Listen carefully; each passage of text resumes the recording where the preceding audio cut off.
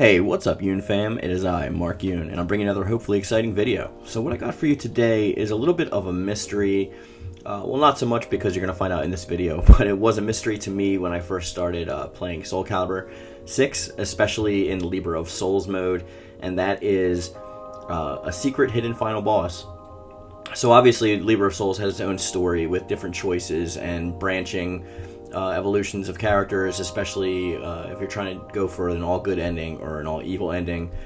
But there's also the Ancients, which is seemingly unlocked after you master a weapon, and Edgemaster will point you towards a legend, that being the Ancients, and a super powerful character will show up to challenge you with that specific weapon, and after beating them, you actually obtain the I want to say the final form of that weapon, but it's actually the original form of that character's weapon. For example, if you use Grow and you master his style, you encounter the Ancient using Grow's style, and you unlock a weapon after beating him.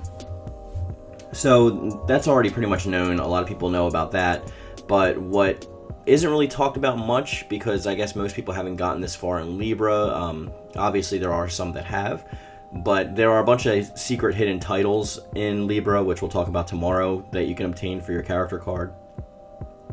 But after seemingly awakening and defeating 10 Ancients, you talk again to Edgemaster, and he warns of a challenge, or of somebody that's like trying to he actually says that like you're being possessed by the evil sword, and you need to fight against it. And what happens is you actually end up fighting a supercharged Inferno, and this Inferno has limitless soul charge and limitless critical edges.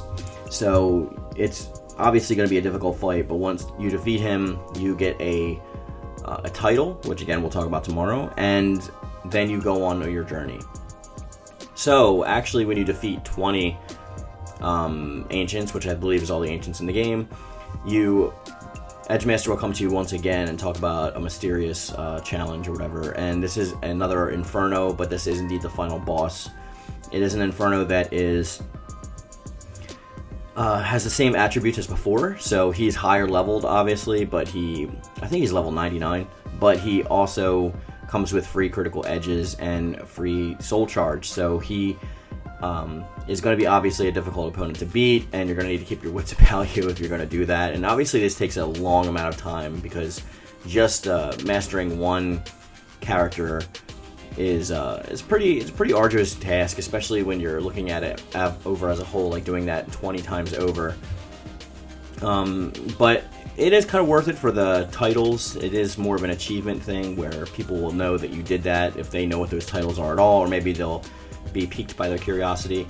I just thought it was pretty cool after I figured out that, as well as not really the main antagonist of Libra of Souls, he is, but then after you defeat him, you have the Ancients to contend with, and then after the Ancients, you have this version of Inferno, which I thought was really cool, because the first part's just like a manifestation of him inside yourself, like Soul is trying to consume you, but the second version is like actually Inferno. So it's safe to say that this game has a secret hidden boss, which is in doubt in Inferno. And I didn't understand at first why they actually placed him in the game so early on, because he's only available offline. He's not available online for battles.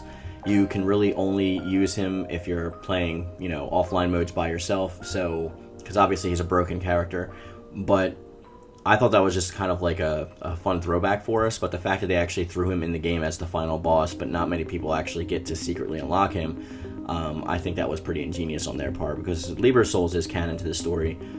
So whether this is some kind of tie-in to Soul Calibur 7 or a bridge gap or something like that, a stop measure, then I would assume that they know what they're doing. But it was a very nice surprise. The Ancients themselves were a nice surprise. I didn't expect something like that to be in Libra, but this is harkening back to Soul Calibur 3 with Chronicles of the Sword, where you have the hidden cast characters that are always like level 60 and like super hard, hidden throughout some of the stages, and finding them and defeating them like heavily is beneficial for your character. So I like the throwback to that. They've done it once again with this, and Libra of Souls definitely is probably my favorite mode in Soul Calibur 6.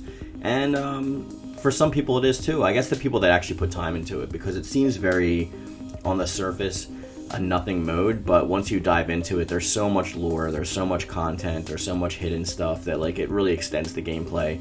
And I always tell people that like if you have nothing left to do or you're done creating characters, then hop into Libra of Soul, because it definitely is worthwhile, at least in my opinion. But let me know in the comment section down below what you think about this information. Are you going to go and try and battle Inferno yourself? I mean, we do have a lot of time probably before a potential Soul Calibur 7 and even a Season Pass 3. So is this going to occupy your time? Are you going to hop into Libra and try and go after Inferno to unlock those hidden titles? There is actually a hidden title that's like super hard to get in the game, and I'll explain that in tomorrow's video as well. But with that being said, guys, thank you for watching and listening. I will check you back tomorrow, and as always, thank you. And thank you. Hey, what's up, guys? Have you always wanted some sweet Mark Yoon merch? Maybe a thick U shirt, maybe a shirt from Squirt, maybe my pretty face with my logo all over your body, or a throw pillow, or blanket, or anything? Well, you're in luck, because I just launched my merch store, and it is going to be available on Redbubble, and you will find a link to it in my description box down below. It's got a lot of quality content and a lot of good stuff for you to pick up, so you can show your support for the channel and just rep Mark Yoon.